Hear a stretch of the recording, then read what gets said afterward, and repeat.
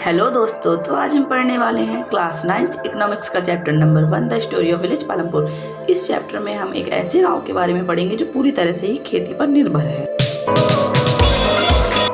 इस गांव में काफ़ी सारे लोग खेती पर ही निर्भर रहते हैं और इस गांव में काफ़ी सारे लोग दूध का व्यापार भी करते हैं और ट्रांसपोर्ट का कारोबार भी करते हैं। यहाँ की सड़कों पे आपको बैलगाड़ी, tractor, truck, motor bike, car जैसी काफी सारी चीजें दिख सकती हैं। यहाँ की सड़कें इस गांव को दो गांव से अच्छी तरीके से जोड़ती हैं। पहला है रायगंज और दूसरा है शाहपुर। लगभग 450 फैमिलीज हैं, उनमें से 80 अपर कास्ट हैं और बाकी की बची हुई SC और दलित्स हैं।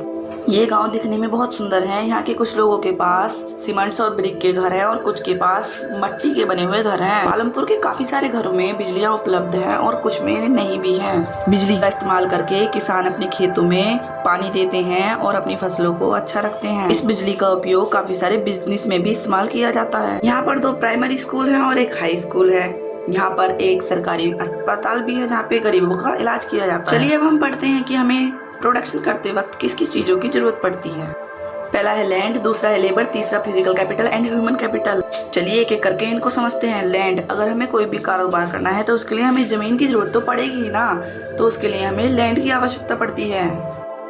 दूसरा है लेबर, अगर हमने जमीन खरीद भी ली तो हमें उस पे मजदूरों की भी तो जरूरत पड़ेगी ना काम कराने के लिए, तो ये हमारी दूसरी रिक्वायरमेंट है।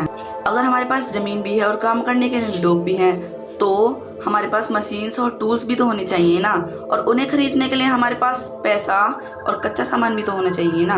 तो टूल्स, मशीन्स हमारी फिक्स्ड कैपिटल के अंदर आती हैं और पैसा और रॉ मटेरियल वर्किंग कैपिटल के अंदर आते हैं। अब हमारे पास जमीन भी है, पैसा भी है और काम करने के लिए मजदूर भी हैं, लेकिन हमारे पास कोई ऐसा भी तो होना चाहिए जो उस बिजनेस को संभाल सके, तो वो ह्यूमन कैपिटल के अंदर आता है। आइए अब देखते हैं पालमपुर में फार्मिंग कैसे की जाती है।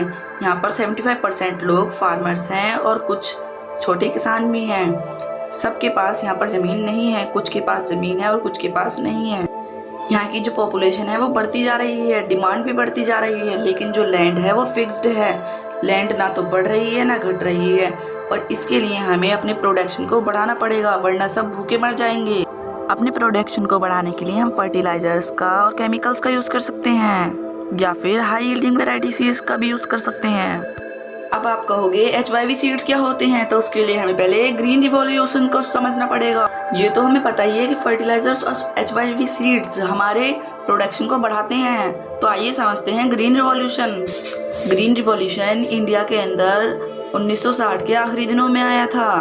ग्रीन रिवॉल्यूशन में काफ़ी सारे हाई यील्डिंग वैरायटी सीड्स का इस्तेमाल करना सिखाया था, जिससे हम अपने प्रोडक्शन को और भी इंक्रीज कर सकते हैं।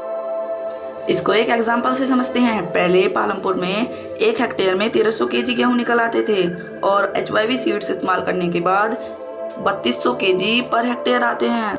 आइए चलिए अब देखते हैं कि पहले और अब में मजदूरों की मजदूरी में कितना बदलाव हुआ है। मार्च 2017 के बाद से अब एक फार्म लेबर को 300 रुपये प्रतिदिन दिए जाते हैं, और लेकिन पहले ये पैसे बहुत कम दिए जाते थे। सरकार ने मजदूरों के वेजेस को इसलिए बढ़ाया है क्योंकि महंगाई बहुत बढ़ रही है। अगर मान लीजिए हमें काम करना है, अपना एक खेत में प्रोडक्शन करना है, तो उसके लिए हमें मजदूरों की भी तो जरूरत पड़ेगी ना। तो जो लेबर है वो हमें कौन प्रोवाइड करेगा, तो वो प्रोवाइड करेंगे छोटे छोटे फार्मर्स की फैमिलीज के लोग जिन्हें के पास जमीन नहीं है। तो आइए अब जानते हैं सरप्लस क्या होता है। सरप्लस वो होता है कि जो हमारे प्रोडक्शन में से बचा हुआ पार्ट, हम उसे सरप्लस कहते हैं, जिसे हम मार्केट में भेज सकते हैं। आइए अब जानते हैं पालमपुर में कौन कौन सी नॉन फार्म एक्टिविटीज थी। इनमें थी milk production, shopkeeping, transport etcetera. हम शॉपकीपिंग से भी काफ़ी सारे पैसे कमा सकते हैं और ट्रांसपोर्ट से भी काफ़ी सारे पैसे कमा सकते हैं। अब पालमपुर में हर तरह के ट्रांसपोर्ट उपलब्ध थे। तो इसी के साथ ख़त्म होता है हमारा एक खूबसूरत सा चैप्टर। आई होप आपको ये चैप्टर अच्छे से समझ में आया हो। तो मिलते हैं अगली वीडियो में, तब तक के लिए bye and take care of yourself.